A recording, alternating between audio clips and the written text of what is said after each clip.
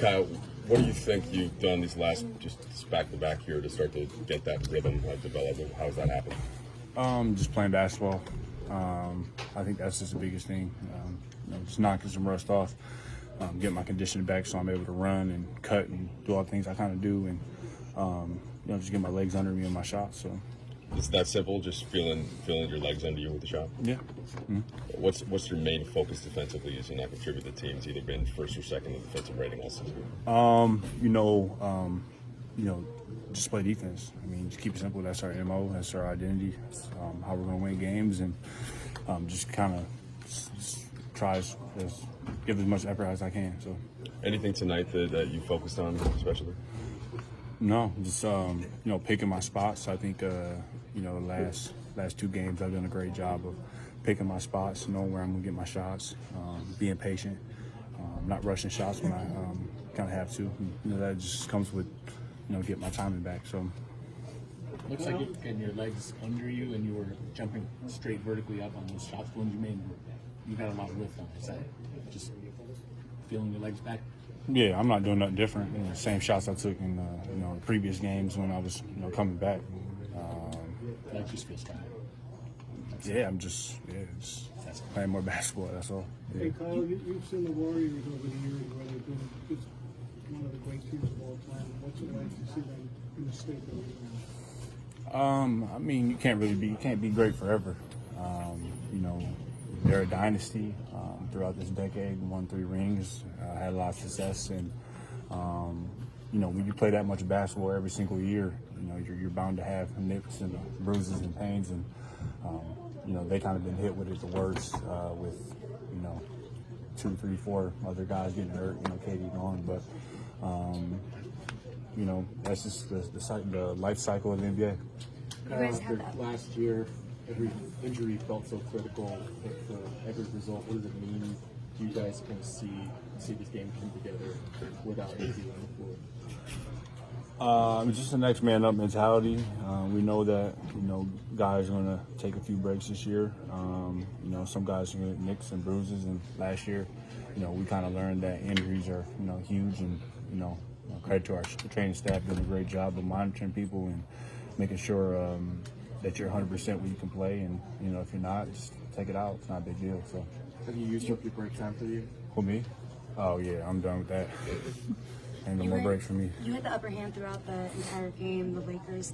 What was the defining factor that really closed the deal for you guys? We just played defense for 48 minutes. Played a little sluggish, a little bit offensively, a couple of turnovers, but I think we did a good job of, locking in on defense, knowing what they did and countered it, and, got out in transition and ran and, put a lot of pressure in the paint. Tadeo did a great job. I think he had like 17 rebounds, and, Dwight coming in, just setting that tone in the paint offensively and defensively. So. That sequence you had with Dwight where you set him up for the lob, how actively are you looking for opportunities like that to beyond just scoring and things like that? I'm just trying to let the game come to me, whether that's scoring or passing. Just taking my time, being patient, finding my spots, and trusting the next pass. We're a team that got a lot of firepower, a lot of guys that can score. So, anytime that you can, get a lob pass, give it to one of our big men that work super hard for us offensively and defensively, screening and running. So, Roaring, the big fella, it's good for him, and hype him up a couple plays, and it's kind of it. That's the plan. Nah, I mean, this is one of the reasons I wanted to come here. I thought when Anthony Davis and LeBron doesn't play, I thought that having the right type of veterans here to be able to help young guys get these wins. I know Golden State's struggling, but it's going to come again when you're playing like OKC, Minnesota on a Thursday night and a back-to-back that my number will be called. And, tonight might be 2 for 2. Another game I might be 0 for 2, but as long as I'm doing the little things, talking on defense, moving the ball, and doing my role, that's what I'm here for. I know you've been spending some time with Kuzma over there since you signed with the team. What have you seen as he's started to find his rhythm these last couple of nights? He's definitely found his rhythm shooting touch-wise. I think that the next step for him is now to differentiate between a good shot, bad shot, to know that when he plays with movement like he did in Phoenix, exactly, that's the perfect role for him. A little bit less ISO, more getting the ball side to side, pick, pop, roll, cutting, looking for his options. And he's young, and often not even young. Then you add a component like Anthony Davis, and you're the third, and how your shots are coming from different from last year. So it takes time, and I'll definitely watch film with him probably the next couple of days just to see what certain stuff that I think he could do better at. And defensively, I thought he was a lot better today. What's been so good about the ball moving, and how has that clicked, especially the last couple of games? I think that once we lost to Toronto, I think LeBron made a huge effort. I think in that Phoenix game, moving the ball side to side, I thought Rondo's pace is that. And then, tonight, you're dealing with a struggling team that's young over there, and I think guys know that we have enough firepower. It's not going to last long for us not playing well. We have two talented players, but I think people are trying to settle in their role, and it switches throughout the season. But if we just continue to make the right plays, we should never shoot tough shots, unless it's LeBron or AD at the end of quarters, because we have so much time and so many guys that can get double teamed and create for others. How do you guys find the balance between moving the ball and overpassing? I think it's a good problem to have when you're overpassing, because teams that are one pass shot usually shoot bad percentages. I think that eventually when you get about 20-25 games, people know their exact shots to that role. I'm still figuring mine out when to open, when do I be aggressive, when do I pass, slip. So I think that it's a fair balance, but I'd rather caution on the side of overpassing than not passing enough. And as you see the last days, I don't know how many assists we had today, but it was 39 the other day. I know we were in the 30s and 19 and a half, so we're on the right step. You had stretches last year in Brooklyn where you might not play for 4 games and start Yeah. play 25. What goes into that sort of just as a player to be able to bounce back and forth? It's a skill you have to be able to last in the NBA. I think that the good thing about it, even before I played tonight, me and Rondo and a lot of the guys playing 4-on-4, 5-on-5 on game days to get ready. So if you stay ready, you don't have to get ready. I think it's just a mindset. Coach has been really good communication-wise, letting me know I was going to go today, letting me know that there might be a time if I'm not playing so I can get my cardio and my work. And so for me, it's don't overthink it. We got two of the best players on the planet. Space up, knock down shots, and move the ball. I mean, I don't really work on, worry about my shots. It's more defensively and offensively moving the ball, getting kind of more of a pace than the starters have. Was there a point in your career where that became possible you kind of learned how to do that, where maybe you weren't capable of? Yeah, I struggled my rookie year, like most rookies. I got traded to Phoenix and expanded my three-point shot. It took me to my third season to really actually find my niche when Matt Barnes actually left, and then I shot 47 from three, and it was something where if you see all the stuff I do during timeouts to stay warm, it's basically the Steve Nash routine where it's single leg squats, if it's jumping up and down, hot pads. They were making fun of me today having hot bags. I've been doing that since 23. I'm 34, and hope I can do it for a couple more years before they kick me out of here. A couple more? Man, they're trying to kick me out already. Listen here. Playing with a player like Steve Nash help you today? Oh, for sure. I've been playing with stars my whole career. CP, Amari, Shaq. I think it's a certain personality you have to have. You let them do their thing, and you feed off them, and it's really, really easy because I don't have an ego, really humble, and I actually like it. It's something, it's your own little niche that you have to be able to help them, because they might get the accolades, but the role players are the glue to the team.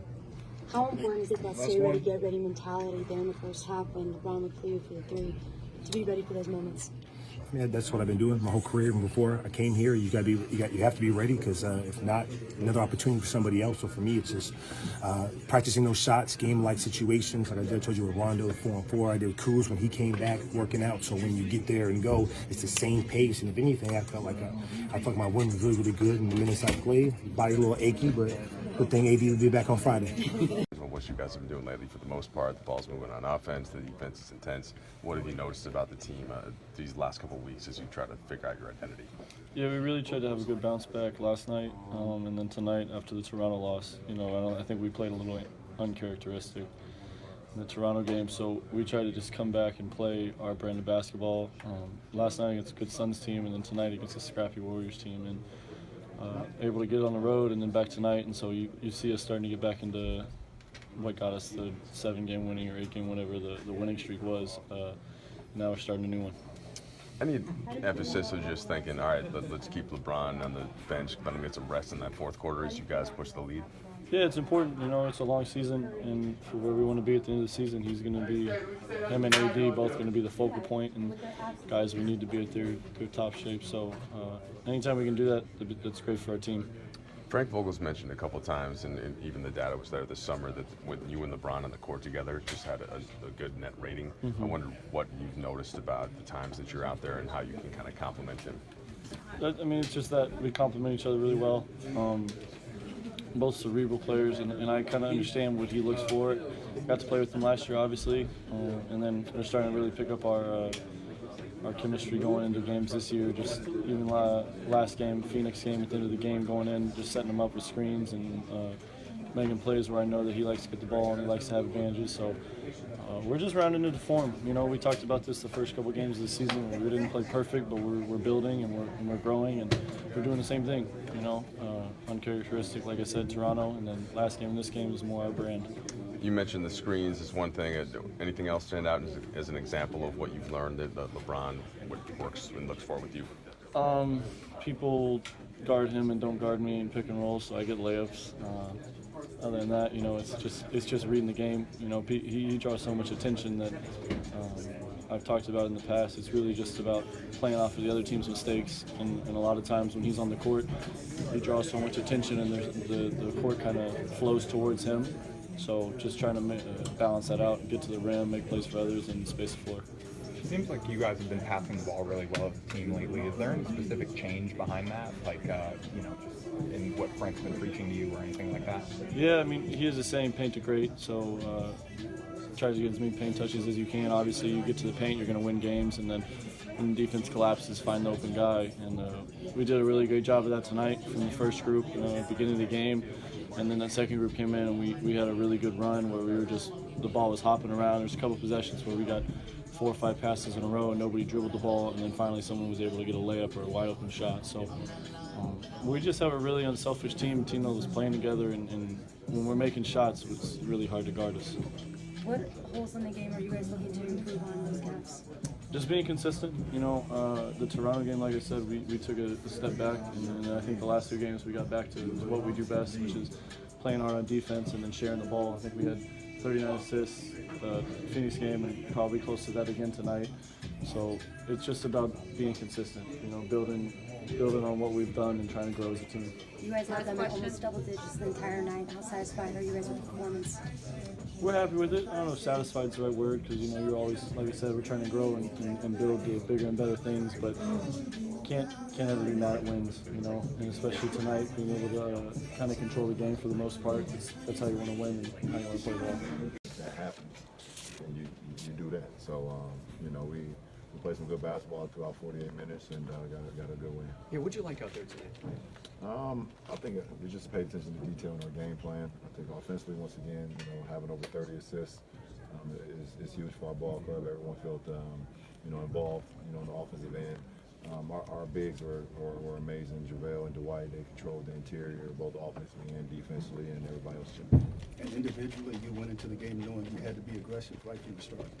Well, yeah, with AD being out, you know, knowing I'm gonna have to, you know, had to pick up the load a little bit offensively, but just trying to set the tone early in the game and see if my shot was going, and it was, and just trying to be aggressive on that side. And it didn't surprise you to see how your teammates were feeding off you.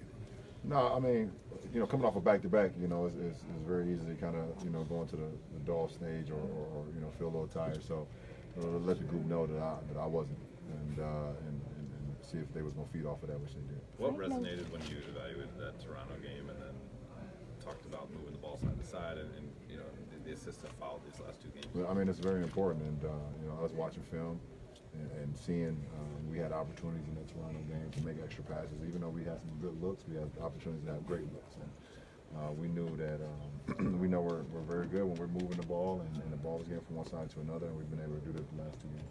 Is 30 the number that you like to see? No, I mean, I don't know. I mean, that's. Is there a number? No, I don't know if there's a number, but in the teens, it's not a good ingredient for our ball club when we have guys that can pass the ball. You know, but if we're in the high 20s to the 30s, that lets me know that we're definitely, you know, paying attention to what we want to do offensively. I think Kuzma started out 6 for 9 tonight and wound up with a pretty efficient night. What have you seen in terms of his growth from an efficiency standpoint this morning? Well, he did a good job of just taking the shots that was there, being aggressive, and you know, it's good. It's good to just get him back in the rhythm. You know, because it's gonna be very key for our ball club.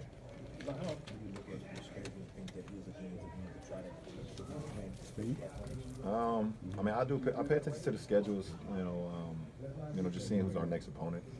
You know, and then I just kind of lock in on that opponent and saying we have an opportunity, a great opportunity. You know, no matter who you play, you have an opportunity to be great. And I think the last 2 nights we accomplished that. Frank mentioned, he was asked about your energy level on the second night of back-to-back games. Like, well, LeBron's historically been very good on the second night of back-to-back. Why is that for you, you think? Because we don't have shoot-arounds. I get to sleep in. So on Friday, should there not be shoot-around? No, because it's not a back-to-back, so it's a different. Just trying to help you. I know, but I don't want to get in trouble by Frank. LeBron, they've changed so much of their roster, but was there something that's kind of weird about playing a game against Golden State like that? Not when you're in it. Not when you're in it. I think when I'm watching them, when I'm at home and it's all one of them off nights and I'm watching them, then it becomes weird. Then just seeing Klay in the suit and not seeing Steph out there. But not when you play. I played them in the finals without Kyrie and Kevin. So